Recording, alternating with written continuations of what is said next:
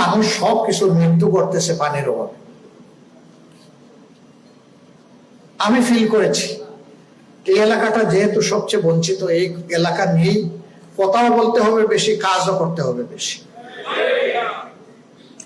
এই জন্য আপনারা দেখেছেন নির্বাচনের আগে কথা দিয়ে গেছিলাম, আমরা যদি নির্বাচিত হয়ে সরকার গঠনের আল্লাহ তাআলার ইচ্ছায় সুযোগ পাই, তাহলে তিস্তা নদীতে প্রথম কুদালটা ফেলে উন্নয়ন এখান থেকে শুরু করবো ইনশাআল্লাহ। আল্লাহর ইচ্ছা এটা হয় নাই, এ নিয়ে আমাদের কোনো আফসোস নাই, কিন্তু হয় নাই বলে কি আমাদের কোনো দায়িত্ব নাই? অবশ্যই আছে। এই জন্য প্রথম অধিবেশনের শেষ দিনে আমার বক্তব্যে আমি 5-6 মিনিট সময় জুড়ে শুধু আপনাদের এই এলাকার কথা বলেছি, কিন্তু আমি বিশ্বাস করি আপনাদের যত যন্ত্রণা, যত কষ্ট, যত বঞ্চনা, তার 100 ভাগের 1 ভাগও আমি ভালো করে বলতে পারিনি, বাকি 99 ভাগও বলতে হবে। আল্লাহ যেন তৌফিক দান করে। এখন বলবেন শুধুই কি বলবেন না কিছু করবেন?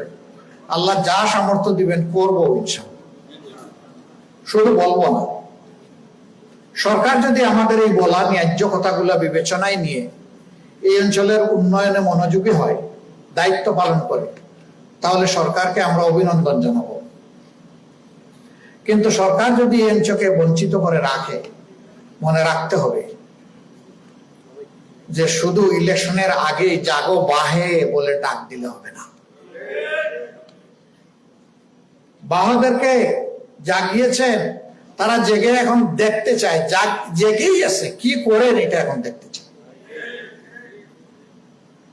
ইতিমধ্যে সাংবাদিক বন্ধুরা এই বাইরে আমরা কথা বলে আসলাম, তারা জিজ্ঞেস করেছে 35,000 কোটি টাকার বিনিময়ে এক নাকে পদ্মা ব্যারেজের পরিকল্পনা পাশ করা হয়েছে, আমরা তিস্তার ব্যাপারে কিছু বলবো কিনা। আমরা বলেছি হ্যাঁ, পদ্মা ব্যারেজও প্রয়োজন, ওটাও আমাদের দেশের অংশ, ওই এলাকার মানুষও ঠিক এইরকমই হাহাকার করছে, কিন্তু তিস্তার বিনিময়ে পদ্মা নয়, তিস্তার জায়গায় তিস্তার অংশ অবশ্যই দিতে হবে। তিস্তা বাঁচলে 2.5 কোটি মানুষের জীবন বাঁচবে, তিস্তা বাঁচলে এখানে সমস্ত জীব বৈচিত্র্য বাঁচবে, মাটি বাঁচবে, মা বাঁচবে, সবাই বাঁচবে।